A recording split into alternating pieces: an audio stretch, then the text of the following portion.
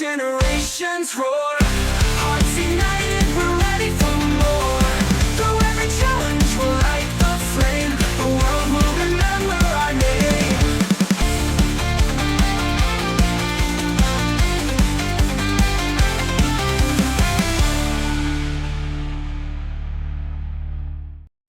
The sky was clear as the fearless Motostoke soared above the clouds, cutting smoothly through the air en route to Lavender Town. Inside the cabin, Mark and Red sat near the observation window, finishing a heavy conversation. You're sure that's what Lhzur told you? Yeah, every sign point to Mu-Z. It's leading something dangerous. Red looked away troubled. If only I'd gotten those blueprints. Just then, the door swished open.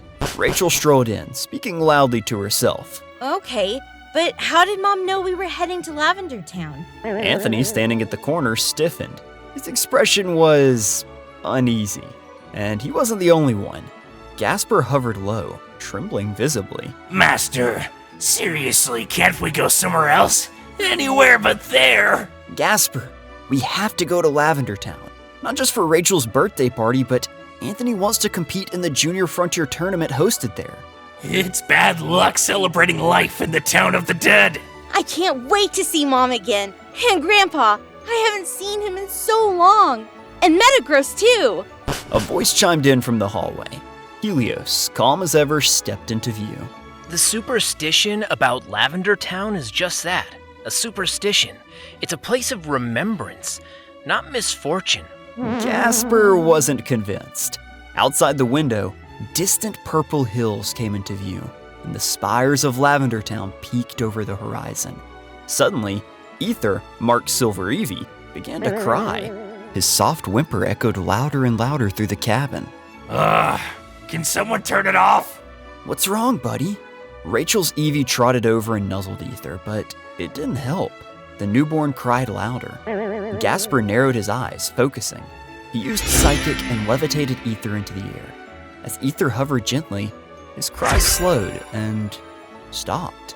The little Eevee blinked, then giggled, clearly intrigued. Gasper began rocking him slowly through the air. He's hungry. Helios stepped into the room, carrying trays of food for the Pokémon.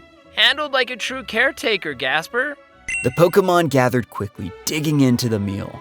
Approaching Lavender Town. Prepare for descent. Gasper cringed. Here comes the cursed town.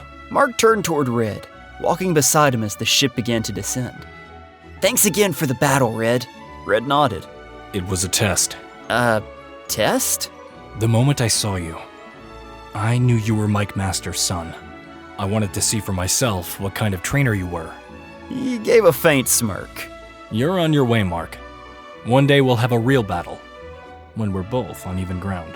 Mark raised an eyebrow. So, who won? You or my dad? Red chuckled, turning away toward the window.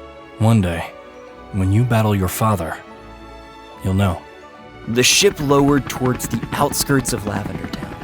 As the ship doors opened, Rachel stepped out first and let out a scream of joy. Waiting on the platform were Daisy Oak, Professor Gary Oak, and the legendary retired Professor Samuel Oak. But Red froze. Standing beside them was Delia Ketchum. She gasped, eyes locking on him. Satoshi Radrick Ketchum, is that you? The atmosphere shifted instantly. Red didn't speak. Couldn't. Delia stormed towards him, eyes burning. I don't care where you've been all these years, but tell me this. Where are you headed next? Red hesitated, then quietly replied. Sinnoh. To find Ash? Yes. We have some leads. Delia turned to Darren. Her expression softened. I'm coming with you. Delia? No. This could be dangerous. I've sat around for far too long. I need to find my Ash and Pikachu. Helios stepped forward with a respectful nod. You are welcome aboard. Captain Char approved. Aunt Delia, if anyone could find Ash, it's you. No doubt about it. Delia looked down at the trio. Rachel, Mark, and Anthony all nodded in support. She gave Mark a warm smile, then climbed aboard the ship. With the mission renewed, the Fallen Flare Blitzers prepared for departure. Mark, Rachel, and Anthony watched as the fearless Motostoke soared into the clouds. Their time with Red and the Fallen Flare Blitzers had ended, but their journey was far from over. Who's that Pokémon? Hey Elite Trainers, Victor from Gala here. Chaos reigns in Raid Shadow Legends this July, and it's the perfect time to jump in. From July the 3rd to August the 20th, the Lemnisci Chase event is live. Log in for just 7 days and you'll get a free legendary champion, Lemnisci the Goldwing. She's a PvE beast, especially against the Corrupted Alliance, Demon Spawn, Undead Hordes, Dark Elves, and Knights Revenant. She removes enemy buffs, blocks new ones, shreds shields, and ignores defense if her target's exposed. She's also built to counter this month's event dungeon boss, Caruso the Covetous. Start the chase by July the 31st and you'll have it until August the 20th to finish. Plus, log in for another 7 days after to score gear that will make Lemnisci unstoppable. And that's not all. Download through this creator link or scan the QR code and you'll also get Karuto after the tutorial, Ugo at level 10, Thane at level 20, and Tagor at level 30. Don't wait, get your legends and join the chaos today. Smelly fart. The next night, under Lavender Town's pale moonlight, a chill settled across the rooftops. Inside the Oak family guest house, Rachel tossed and turned beneath her blanket, distressed. Dad! No! Come back! Suddenly, a voice called gently from the hallway. Rachel, you okay? Rachel jolted awake, breathing hard. Anthony stepped into the room. He glanced at the windowsill, where Evie sat stiffly, staring out into the night. What's going on with you two? You've both been off since we got here. Rachel didn't respond. Her expression was distant. Anthony stood beside her, then smiled faintly. You know, it's after midnight. Technically, you're 16 now.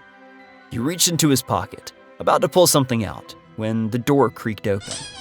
Daisy entered, looking visibly shaken. Sweetheart, were you having one of your night terrors again? Rachel looked away embarrassed. You used to have them for months after your father passed. I thought they'd stopped. Get some rest. We've got a big day tomorrow. Rachel nodded slightly. Daisy and Anthony stepped out into the hallway. Once the door was shut, Anthony glanced at her. She's been through a lot. Daisy's eyes welled, her voice quiet. There's something I've been keeping from her. She paused, visibly shaken. I don't know if she's ready, but it's time. She deserves the truth. The morning sun cast a soft golden glow over Lavender Town. Inside the Oak residence, the house buzzed with excitement. Rachel descended the stairs, Evie trotting beside her. The living room erupted into cheers and warm greetings from friends and family. Happy birthday, sweetheart! And we have a little surprise. Rachel turned, curious. The door opened once more. A couple entered, a beautiful woman and a towering man beside her. Behind them stood a shy little girl with a Mimikyu close to her side. Leoke? You came all the way from Alola? Of course we did. We wouldn't miss your sweet 16 for the world. Leah turned to her daughter. You remember Mimi and my husband Colby. The little girl peeked out from behind Mimikyu, giving a shy wave. Rachel smiled warmly. Leah and Colby live in Alola now. My granddaughter is one of the Elite Four. Mark looked up at Colby. The man was incredibly tall, his calm presence almost overwhelming. Anthony was staring too, recognition flickering. Wait, Colby Black? The Charizard researcher? I met you at the Terrific Valley when I was a kid! Colby blinked, then laughed deeply. You're Mike Master's boy. You used to call me the Giant Man. That's right! My dad and Professor Elm brought us there. You and Liza showed us around. Lisa still helps me run the place. I bounce between Johto and Alola now. He's one of the strongest trainers alive. Not that he brags about it. I swear I've met you before, too. Maybe we have. Trainers cross paths in strange ways. A beat of calm passed until Gasper floated down the hall with a dramatic groan. Can I just stay here today, Master? Nope, you're coming with us. This family reunion is cursed. Later that day, the group made their way through the cobblestone streets of Lavender Town toward the local community center, the venue for Rachel's Sweet 16. Rachel walked beside her mother. Okay, but seriously, how did you know I'd be in Lavender Town? Daisy smiled. Anthony called me right before you left Cinnabar. He what? This whole party? It was his idea. Rachel stood stunned, touched. A soft smile spread across her face. Just ahead, the Pokémon Center doors flew open. Anthony came running out. I'm in! I registered for the Junior Frontier! Colby chuckled from the side. Yeah, I'll be seeing you there. John George asked me to be one of the judges. Anthony turned to ask a question, but Daisy appeared again, holding a Pokeball. Before you worry about the stipulation, there's someone who's been eager to see your Dratini. She released the Pokeball. A Dragonite appeared with a cheerful cry, wings spreading wide. Anthony's eyes lit up instantly. Wait, It was the same Dragonite he met before his journey began, his Dratini's mother. Anthony quickly released Dratini, who chirped with joy and rushed forward into its mother's embrace. You gotta be kidding me. Charizard is the true lizard of the sky. Suddenly, a roar echoed from above.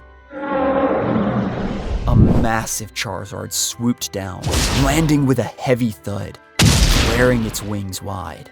Mark's face lit up in awe. No way! That's him! I remember this Charizard! I met him when I was little! He reached for a Pokeball. Go, Charlie! Charlie appeared beside him, her eyes wide with admiration at the towering Charizard. Gary stepped forward, watching the two fire types. That Charizard isn't just big. Colby's Charizard is something special. But before he could elaborate... All right, party time, people. Let's move it. Rachel, you've got guests waiting. They gently ushered the group toward the community center. Balloons, banners, and laughter waited ahead. But Rachel stopped just before the entrance. A cold breeze passed over her. A voice echoed faintly. Rachel. She looked up. Lavender Tower loomed in the distance. Evie stiffened beside her, ears twitching. No one else seemed to notice. Gasper hovered nearby, staring at the tower with wide, fearful eyes. That's a bad place. I'm staying far away from it. Rachel didn't answer. She just stared, as if something or someone was calling. The doors of the Lavender Town Community Center swung open. Rachel stepped inside, wide-eyed. The space was lit with party lights, bright balloons, and a towering banner that read, Happy 16th, Rachel. A DJ was already spinning music in the corner, and familiar voices echoed through the room. Rachel blinked in surprise. Old classmates and school friends waved and called her name. You guys actually came? But the joyful mood shifted in an instant. Emma strutted in with her smoochum. Igglybuff appeared, and the two rivals gave each other hateful stares. Third ribbon, won it last week. No big deal. Rachel frowned, but before she could respond, Chad and Alice entered the room. Chad winked flirtatiously at Rachel and held up 3 ribbons. Anthony's eyes narrowed. Alice trailed behind nervously, holding her case with 2 ribbons. Flukes, both of you. Rachel snapped, stepping forward.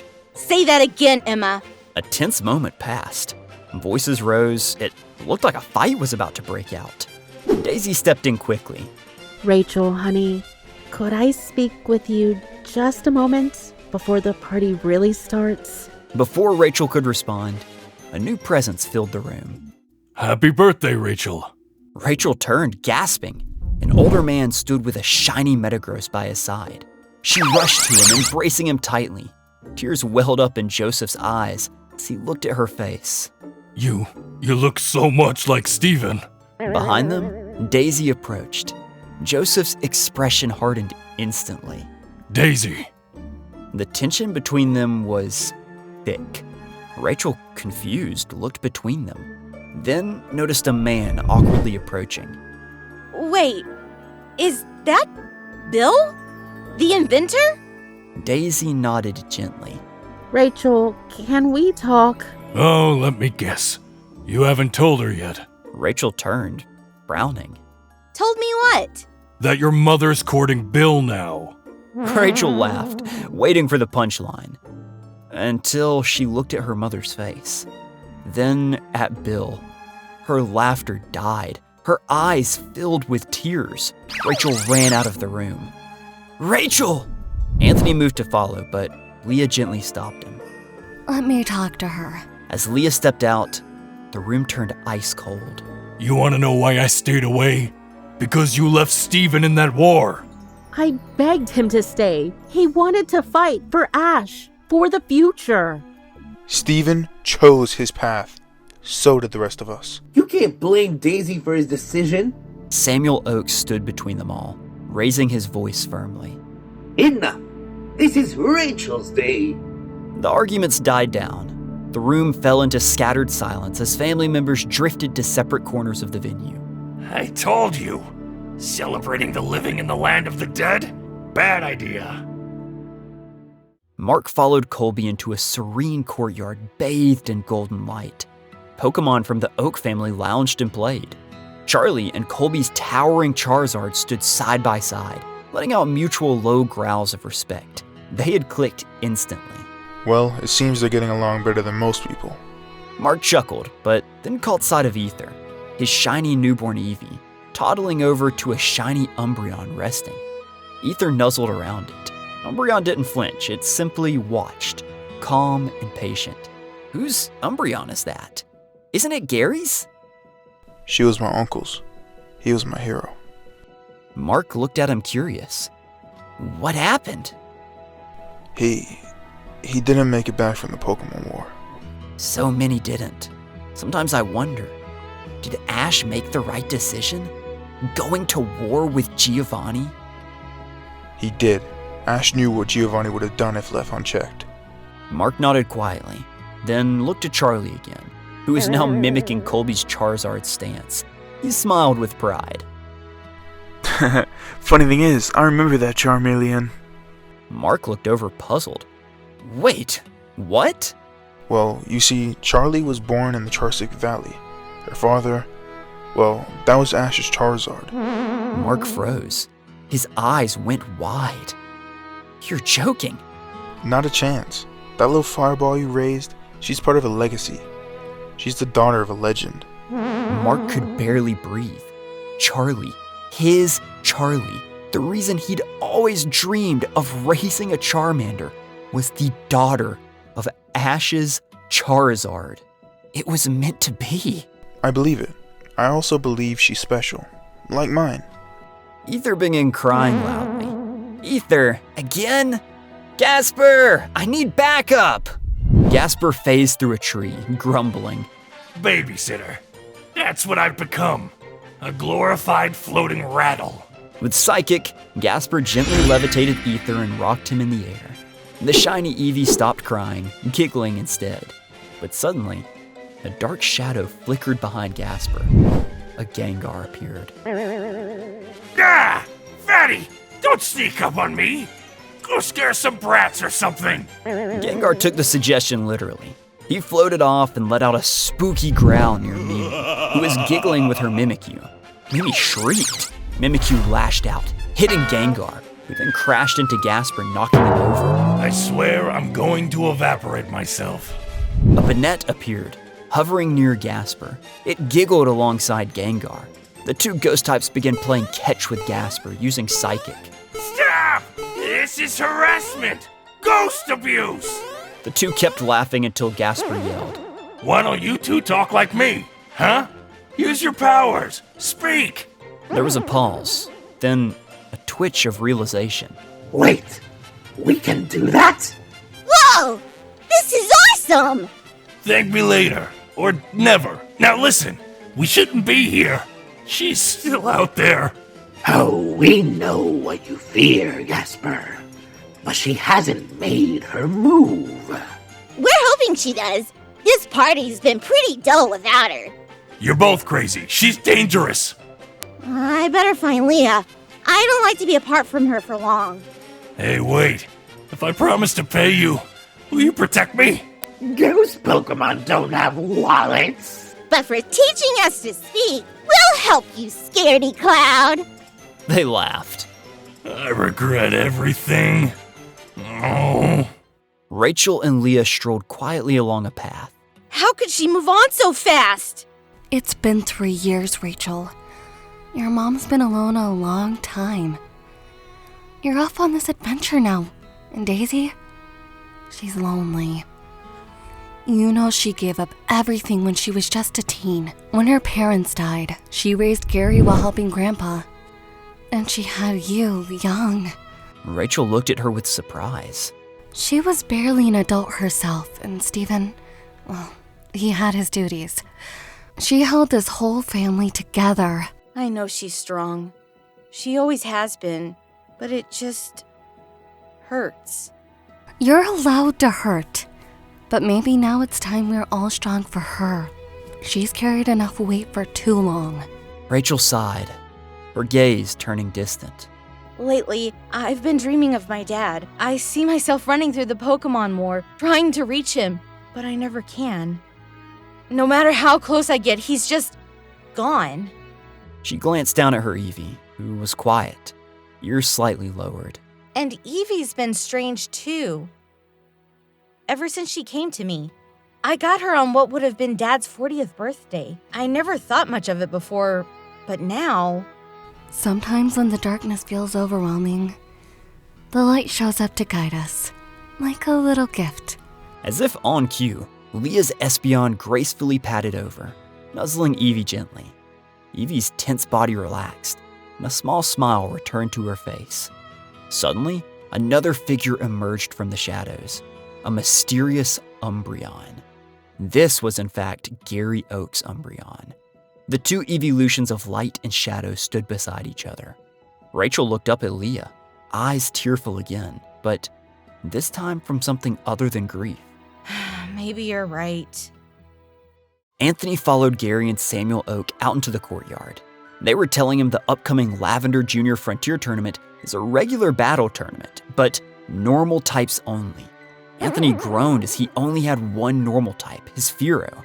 That meant he could only use one Pokemon throughout the entire tournament. The last time he was limited to one Pokemon, it was his first ever tournament in Viridian City, which he lost. His anxiety hit the roof. Samuel explained that the Lavender Town tournament stipulation of using normal types is because normal and ghost are counterparts, and many ghost-type Pokemon come to watch. It's the living's tribute to the dead. Still, Anthony wasn't sure what he could do. He thought about asking Rachel and Mark if he could borrow their normal types. He then spotted Darius ahead. "I wouldn't borrow that normal type even if my life depended on it," he said in a low, sour voice. As they walked, Samuel felt a sudden chill down his spine. He heard a whisper.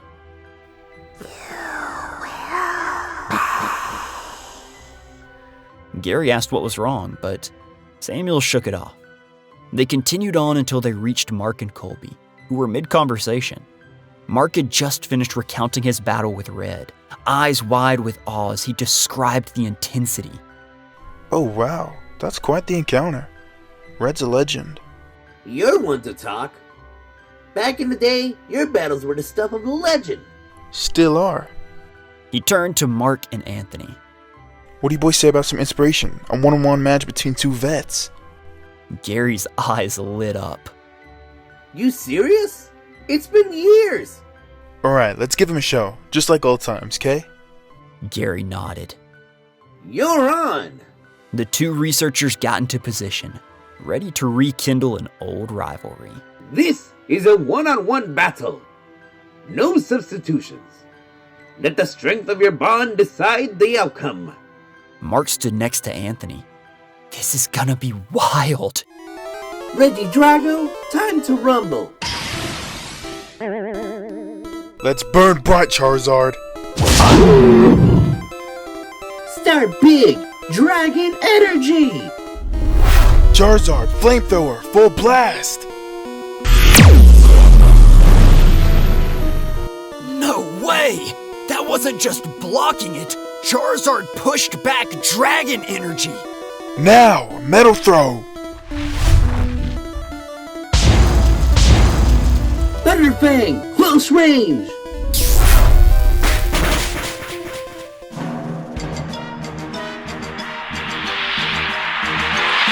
What's happening?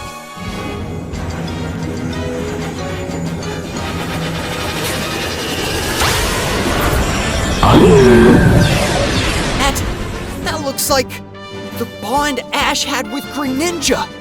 Is this the bond phenomenon? Draco Meteor!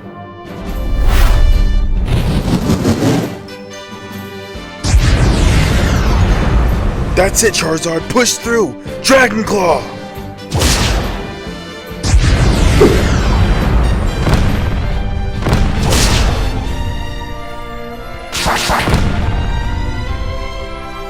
Keep going, buddy!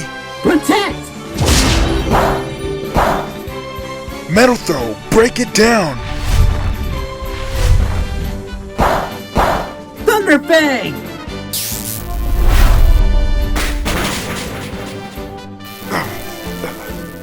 Did that attack just hurt Colby too?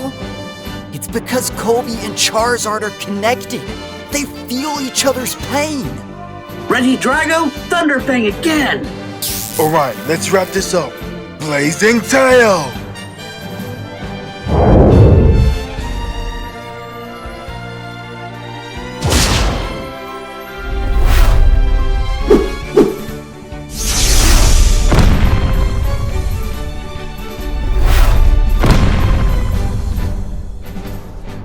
Regidrago is unable to battle.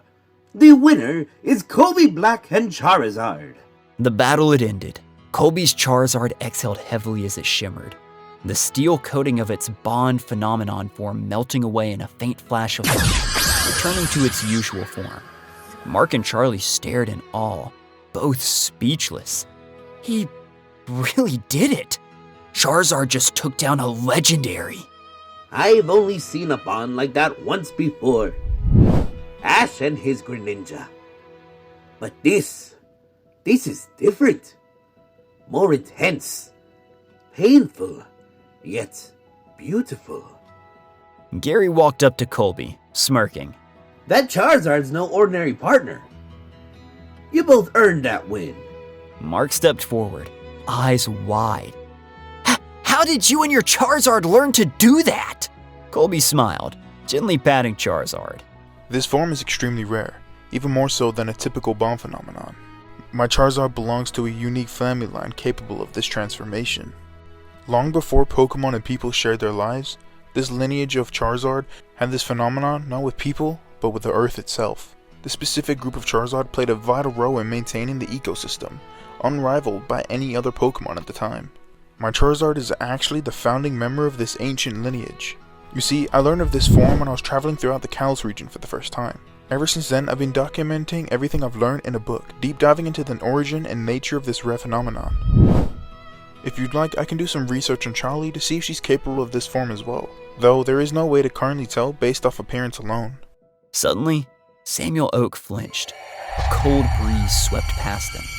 Despite the still air, he froze, eyes hollow.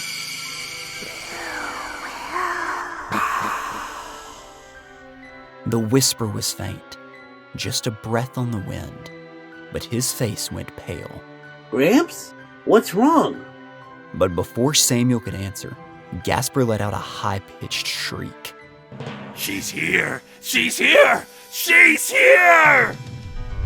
Banette and Gengar darted in front of him defensively, scanning the shadows. Without warning, hundreds of ghost Pokemon burst from the misty edge of the town, flooding the courtyard in a chaotic swarm. Mimi cried out, clutching Mimikyu as the ghosts closed in, but the little Pokemon stood firm, swatting away the spirits with fierce determination. Colby ran to protect him. Mimi, stay with Mimikyu! An eerie light spiraled above. A powerful blast struck Gasper, Bennett, and Gengar, throwing them backward. With a burst of smoke, all three vanished. Gasper! Mark lunged forward. Then, another blast came. This one hit Samuel Oak directly. Gary yelled as the retired professor disappeared into the mist. Rachel and Leah burst through the doors, Wispeon at their side. But Eevee suddenly broke from Rachel's feet, darting towards the street. Rachel chased after her partner in panic. Rachel, wait! Anthony ran after her with Dratini and Growlithe close behind. Mark didn't hesitate. He called Charlie and Ether to him and sprinted after them. In the courtyard, Daisy, Bill, and Joseph Stone emerged and jumped into action. Emma and the other teen trainers quickly followed suit, calling on their Pokémon to defend the party guests. Daisy, we'll go after them. Please protect Mimi. Daisy nodded firmly, shielding Mimi as the shadows grew deeper. Although, Mimikyu was taking out any threat that came near. Colby, Leah, Charizard, Wispeon, and the shiny Umbreon sprinted into the fog-covered street. Mark and Anthony spotted Rachel and Eevee standing still, just outside the gates of Lavender Town. Why are we here? Please don't say she's thinking of going in. Rachel didn't say a word, her eyes locked on the looming cursed tower. Eevee stood beside her, eerily still. Finally, she whispered, My great-grandpa. He's in there. Mark's eyes widened. Gasper might be too. Rachel started walking. Mark and Anthony exchanged horrified glances. Nope! Anthony stood back. You go first! No way! Mark retorted. You're older! They both gulped and followed.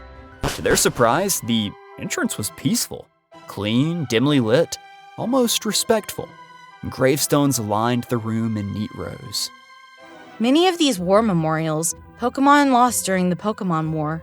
Suddenly, a long rumble. Mark and Rachel turned around. Sorry, that was me. I ate that weird cheese. Before anyone could tease them, a sudden bang appeared from the upstairs. Their Pokémon tensed. The group pushed forward. The next room was much darker. A bitter chill filled the air. The doors slammed shut behind them. Anthony rushed back. It's locked! Hide! They ducked behind large gravestone, trying to stay silent. The flicker of Charlie's tail gave them away. Anthony hissed. Her flame's growing too bright! Mark whispered. It's what keeps her alive, genius! Shut up! Ghost Pokémon floated into the room, searching, slowly drifting like shadows. Just as they turned to leave,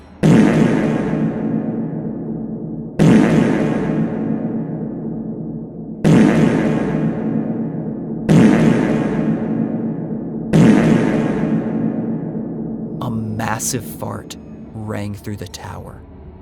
Everyone froze. Anthony? Anthony turned red. I panicked! A terrible roar shook the walls. From the darkness, a giant ghost creature emerged. All three screamed. Charlie, Ether, Dratini, Growlithe, and Eevee leapt up to protect their trainers. Then, a wall burst open. Flames shot forward. Colby and Leah charged in, their Pokémon at their side. What the heck is that? Is that even a Pokemon? The ghost beast hovered with fury. But then, Eevee stepped forward, growling with new courage. Eevee opened her mouth. Shadow Ball! The purple sphere blasted towards the ghost, but spectral minions shielded their master. They retaliated with powerful attacks. Rachel caught her just in time, tumbling backward. They crashed into the back wall.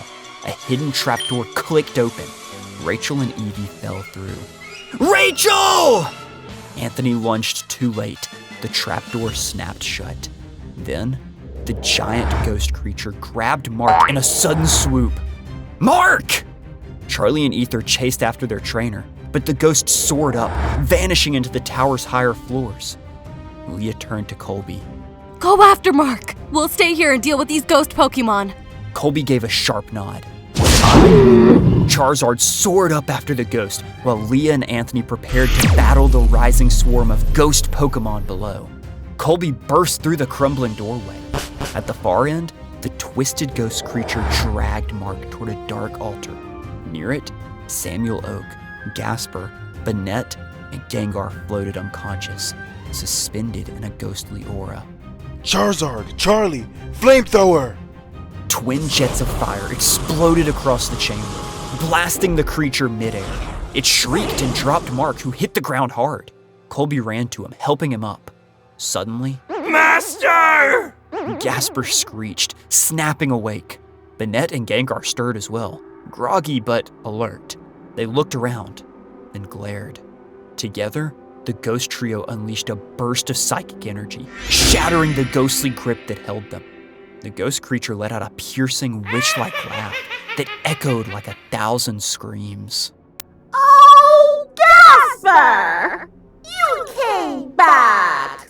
I miss you so much! Gasper's eyes narrowed. No! The creature froze midair, gasping like it had been slapped. What? You've changed! It began to morph, twisting, reforming, until the spirit of Agatha, former Elite Four, hovered before them. Colby took a slow step back. Agatha? But you died years ago. Agatha grinned with venom. My soul was drawn here to nurture ghost types, to give them purpose. No! You've been using them to torment the living, to get revenge! Colby's eyes darted towards the unconscious Samuel. He remembered the story. When Sam and Agatha were young, they were sweethearts, but he fell for another, Leah's grandmother. Agatha never forgave him. Agatha's voice trembled with pain. He broke me! He took my heart, crushed it, and threw it away! Her voice twisted to rage. He'll pay, and so will his bloodline. Mark stood tall. Where's Rachel?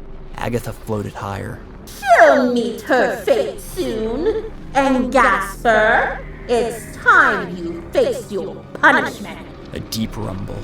The shadows gathered. From the floor rose a hulking figure. The strongest Gengar of all. My shiny Gengar. The shiny Gengar floated forward, smiling smugly. There was silence. Then...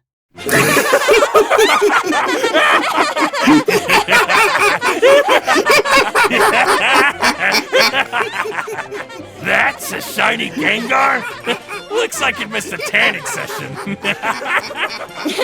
Maybe it got left in the shadow realm for too long. Strongest Gengar? More like most basic. What was Game Freak thinking?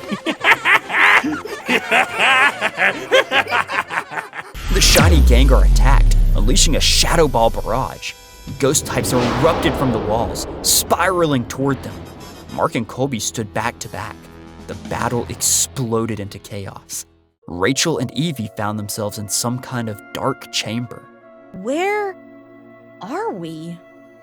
Suddenly, a low hum echoed through the chamber. From the shadows, a large Miss Magius appeared. Miss Magius used mystical fire.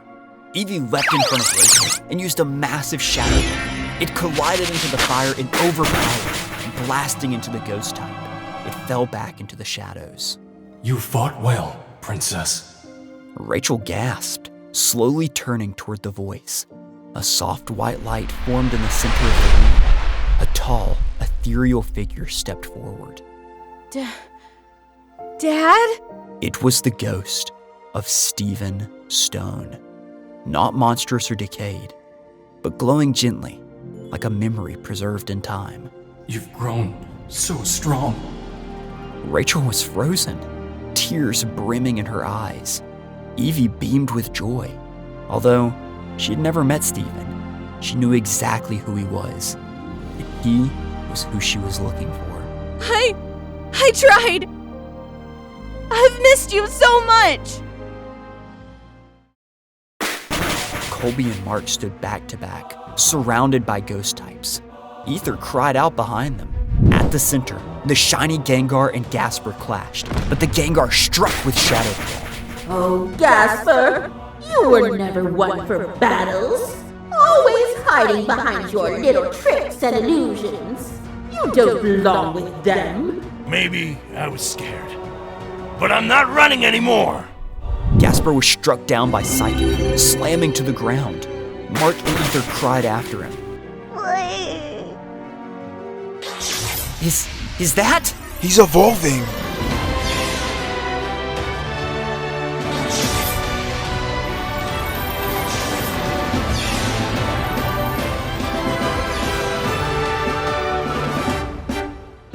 The glow fades to reveal a newly evolved Haunter floating in midair, now larger, more confident, but visibly confused. What the? I have hands, but no arms! What am I, Rayman? But the moment broke as Ether cried out. Trapped under ghost types, Gasper turned, eyes fierce. Don't touch my baby! Gasper dived in front of Ether, eyes glowing. He unleashed a dark pulse that rippled across the room, striking shiny Gengar square in the face. The corrupted Pokémon was blown backward. With rage, Agatha transformed back into the ghostly beast. The tower trembled again as more ghost Pokémon manifested. They began to swarm Colby's Charizard, who staggered, still tired from the previous battle with Regidrago. It managed to dodge 3 incoming confusions, but the numbers were too great. Hypnosis struck, and Charizard crashed, falling into a slumber. Umbreon sprang into action and protected Charizard. Mark called out for help as Haunter, Gengar, and Banette were slammed by a wave of Shadow Balls, knocked back, groaning. The evil ghosts began to close in from all sides. Back in the chamber, Rachel stood still, tears in her eyes, staring at the glowing figure of her father. Is it really you? She ran to him, but passed through. I miss you so much. It hurt. Not having you there for my 16th birthday. It hurts every day you're not here. Rachel, I have never left. I've always been with you. From the moment you lost me, to the moment you chose to take your first step into the world. Through every ribbon earned, every fear conquered, I've been there. I'm proud of you. But I'm not strong like you.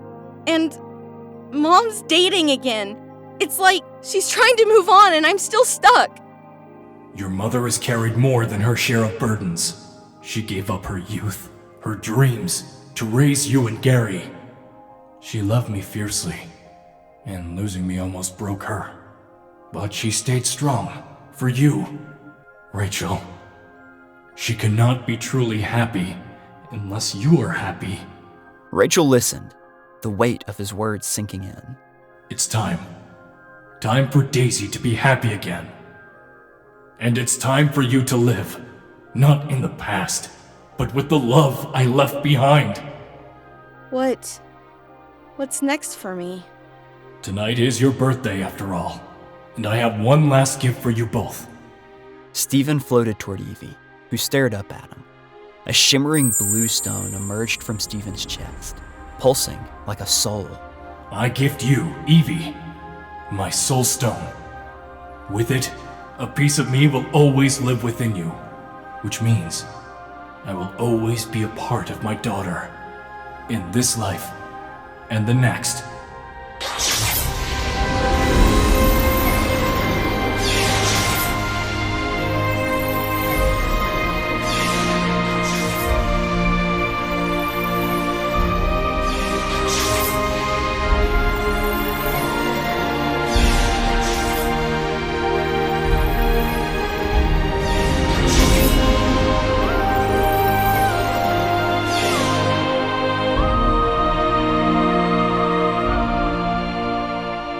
Standing in the center was no longer Evie, but a new form, elegant, glowing faintly with light blue wisp-like fur, flowing gently around it, almost like flickering fire.